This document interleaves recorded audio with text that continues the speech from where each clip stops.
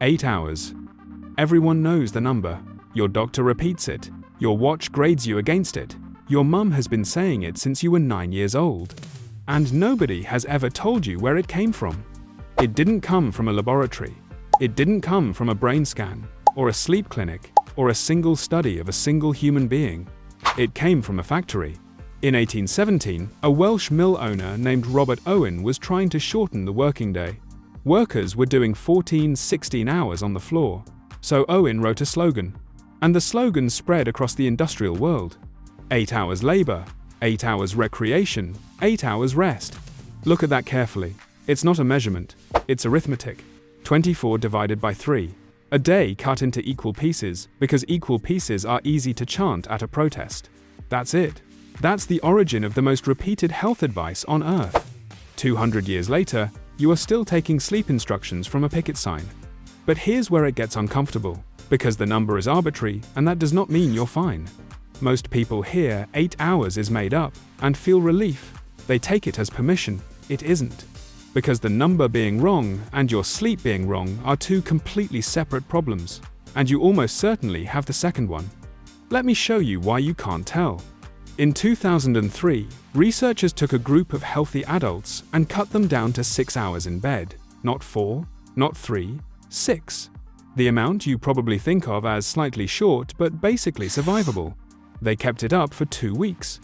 By the end, their cognitive performance had collapsed to roughly the same level as someone who had been awake for 2 full nights in a row. Now here's the part that should genuinely frighten you. When the researchers asked those people how tired they felt, they said they felt a bit tired, slightly off, nothing dramatic. Their sense of impairment flattened out after a few days, while their actual performance kept falling. They were wrecked, and they had no idea. Your brain does not have a fuel gauge. It has a feeling, and the feeling stops updating long before the damage stops accumulating.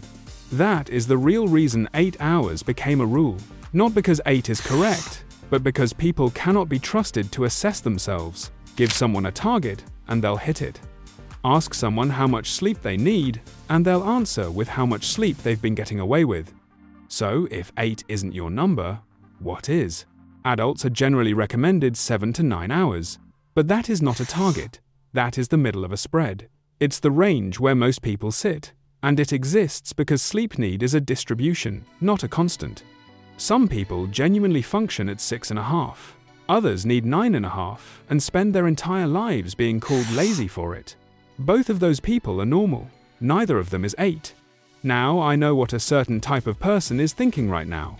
You're thinking, I do fine on 5. There is a real version of that. A handful of genetic mutations have been identified, the first found in a gene called DEC2, that let people sleep 4 to 6 hours a night with no measurable cost, no fog, no debt, no crash on the weekend. They wake up early, they feel good, and they've usually been like that since childhood. They are also vanishingly rare. The best estimates put true short sleepers at well under 1% of the population. So here is the test. It takes 1 second. Do you sleep in on your days off? Because a real short sleeper doesn't. Their Saturday looks exactly like their Tuesday. If you're catching up at the weekend, you're not a short sleeper. You're in debt, and you're making the minimum payment. Now let's go back further, because it isn't just the number that's modern, it's the shape.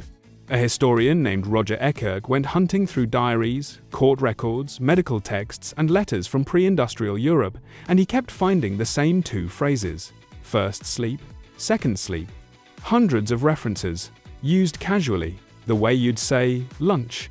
People went down not long after dark, slept for a few hours, and then woke up on purpose. For an hour, sometimes 2.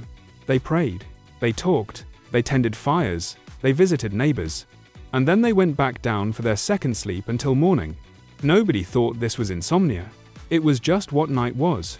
And in the 1990s, a researcher put that to the test. He took volunteers and gave them 14 hours of darkness every night, for a month. No screens, no artificial light, just the night our ancestors actually had. Their sleep split in 2. The consolidated 8-hour block you're chasing, the one you feel like a failure for not achieving, may itself be a product of electric light and factory shifts. So when you wake at 3 in the morning and lie there furious with yourself, understand what's happening. That might not be a malfunction, that might be an older setting, switching itself back on. Which brings us to the thing almost nobody measures correctly.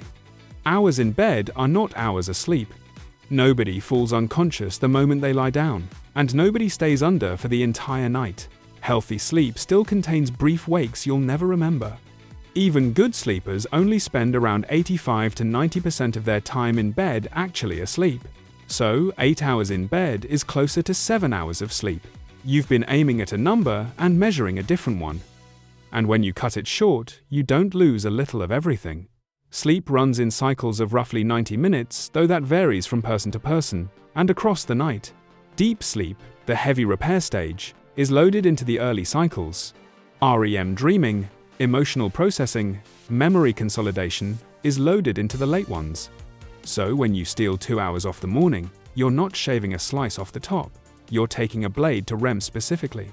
Your body got most of its repair. Your mind didn't. That's why short sleep doesn't feel like exhaustion. It feels like a personality change. Short temper, no patience, everything slightly harder than it should be. And if you only change one thing after this video, make it this one.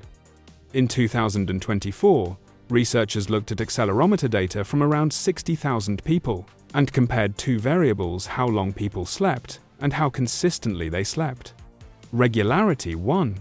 How regular your sleep was predicted mortality risk more strongly than how much of it you got. Same time every night beat more time every night. Your body is not running a stopwatch, it's running a schedule. It starts dropping your temperature, releasing melatonin, and staging hormones on the assumption that tonight will look like last night. Every time you move the goalposts, that entire sequence fires at the wrong moment, and you get a night of sleep that's technically long enough and functionally useless. So, finally, how do you find your actual number? You need about 2 weeks where nothing is forcing you awake. A holiday, a quiet stretch, anything without an alarm. Go to bed at the same time every single night. Then let yourself wake up naturally. The first few nights you will sleep an enormous amount. Ignore those. That is not your need, that is your debt clearing. Then it settles. And around night 8, night 9, night 10, you'll start waking up at almost the same time each morning, without help. Measure that. That number is yours. It might be 7. It might be 9.25. It will almost certainly not be around 8, because your biology has no reason to be tidy. 8 hours isn't real. Your number is. And it has been sitting there your whole life, waiting for you to stop guessing.